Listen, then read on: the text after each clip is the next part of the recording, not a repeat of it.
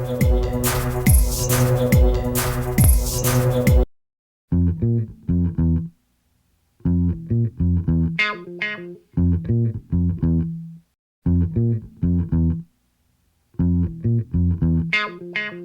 tema y la suerte de los indígenas de Venezuela y América Latina ha estado presente desde el momento en que comenzó la historia oficial.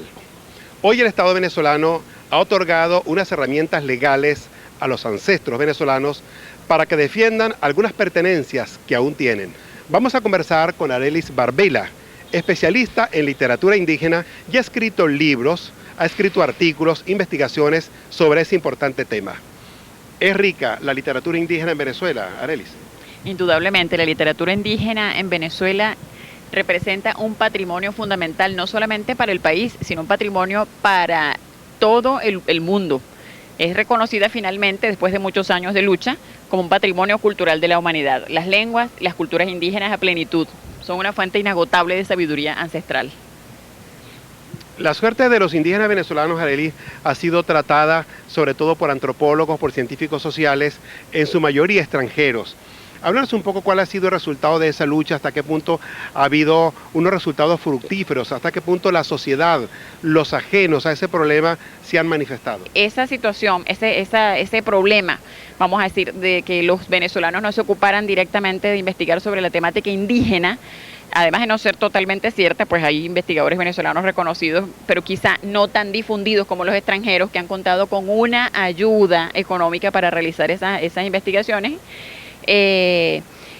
Claro, tiene que ver mucho con el hecho de que el venezolano no ha tenido, por lo general, el financiamiento necesario de desplazarse a esas comunidades. Son muchísimos días de camino, a veces pasas días caminando, días navegando para llegar a la primera comunidad, pero afortunadamente el indígena hoy está también trabajando en autoinvestigación, es decir, él mismo se está ocupando de hacer un estudio exhaustivo de su comunidad, de su pueblo, de su tradición, de sus valores milenarios, para transmitirlos a las generaciones venideras. ¿Cuántas lenguas indígenas se hablan en Venezuela aún? ¿Y cuántas han desaparecido? Sí, se habla de alrededor de 150 lenguas aproximadamente, de las cuales quedan en la actualidad alrededor de 30 lenguas indígenas. Esas lenguas indígenas pertenecen a las familias lingüísticas caribe, arawak, tupí guaraní, que tiene una sola lengua en Venezuela, que es la lengua yerau. La familia chipcha tiene una sola representación en Venezuela, que es la lengua barí, y tenemos también las lenguas independientes, como por ejemplo la yanomami, la piaroa, la guarao, la lengua yaruro, entre otras. ¿Cómo se escribe una lengua indígena? Y sobre todo, ellos la han aprobado, ¿están de acuerdo con esa escritura? Casi todas las culturas indígenas son ágrafas. Las culturas indígenas tienen su propio idioma, pero no han tenido los mismos mecanismos de escritura, la misma simbología. Entonces, para nosotros poder comprenderlas, nosotros hacemos la transcripción del sonido, representándolo de acuerdo al alfabeto fonético internacional, y de allí, acoplándonos estrictamente a las normas fonéticas de cada idioma en particular, hacemos una grafía. Esa grafía se convierte más tarde en alfabeto. Estos alfabetos no son totalmente perfectos, son alfabetos que incluso a veces tienden a querer unificarse, por ejemplo, como pasa con el quechua, que en el Perú es quechua, en Ecuador es quichua, tienen ciertas variantes, el alfabeto es diferente porque hay sonidos distintos entre un país y otro, pero son la misma etnia. Lo importante es recoger el sonido para poder perpetuar, para poder difundir y poder continuar estudiando estas culturas, y justamente pues lo que queremos es que los mismos indígenas se comprometan a trabajar con nosotros en el perfeccionamiento de esos alfabetos.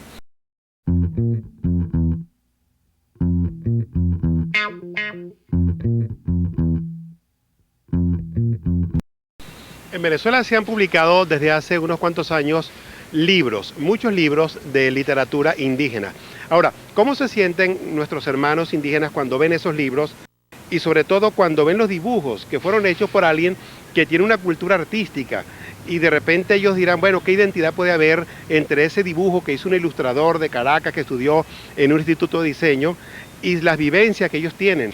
Bueno, muy orgullosos, se sienten felices porque como siempre se les ha querido inducir la idea de que su cultura no es válida, de que su cultura es menos importante que la cultura envolvente, los indígenas al ver que su propia obra, su propio trabajo literario es representado con dibujos que son tomadas en cuenta las narraciones orales, en sus distintas versiones, porque hay diferentes versiones, porque recordemos que la oralidad es dinámica, mientras la escritura nos permite mantener firmes una cierta literatura y por supuesto perpetuarla, repetirla, pero inalterablemente la oralidad se da el lujo de ser dinámica.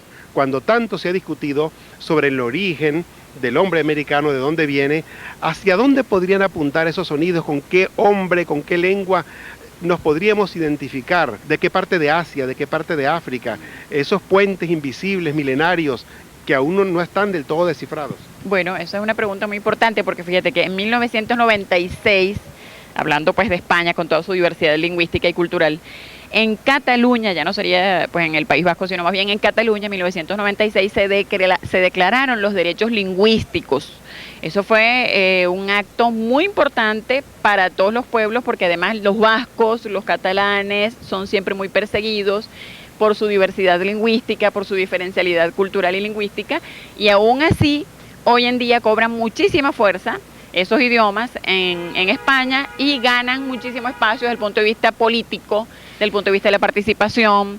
Se emplea el idioma para las señalizaciones, se emplea el idioma para todos los eventos cotidianos y oficiales de la localidad, lo que dice que a pesar del intento de querer globalizar, de querer uniformar, por ejemplo, el vasco o el catalán, pues los indicios reales dan cuenta de que más bien está ocurriendo lo contrario. Todas las lenguas están en peligro de desaparecer si nos ponemos a ver cada detalle específico. Incluso hay unas variaciones del idioma inglés, por ejemplo, el idioma inglés creol, que se habla en la costa atlántica, en Nicaragua específicamente. Esa es una lengua que puede fácilmente también estar en peligro de desaparición, como por ejemplo aquí el mapoyo, el yabarana, el añú, el idioma añú, que es un idioma arawak que hablan los indígenas de la laguna de Sinamaica. Pero de todos modos se ha comprobado que en el mundo, cuando algunas lenguas han incluso desaparecido casi totalmente y cuando casi la gente está convencida de que ya no se puede recuperar, sorpresivamente la historia nos ha dado resultados, como por ejemplo la recuperación del idioma israelí, el idioma que se había dejado de hablar, de manera que también pasa también con el idioma faroés de las Islas Faroe. También se empezó a recuperar el idioma gaélico escocés, también se comenzó a recuperar, de manera que tenemos esperanzas firmes de que no se sigan perdiendo las lenguas indígenas. Puedes despedir la entrevista con cualquiera de las lenguas que tú seguramente hablas. Bueno, cómo no, bueno, yo les voy a decir en guarao que muchísimas gracias. Maribu Yaquera, Nabor, Maribu Yaquera, Macobe Hiwitu, Ine Hakerakate. Muy hermoso. Nos imaginamos que es muy hermoso. Gracias.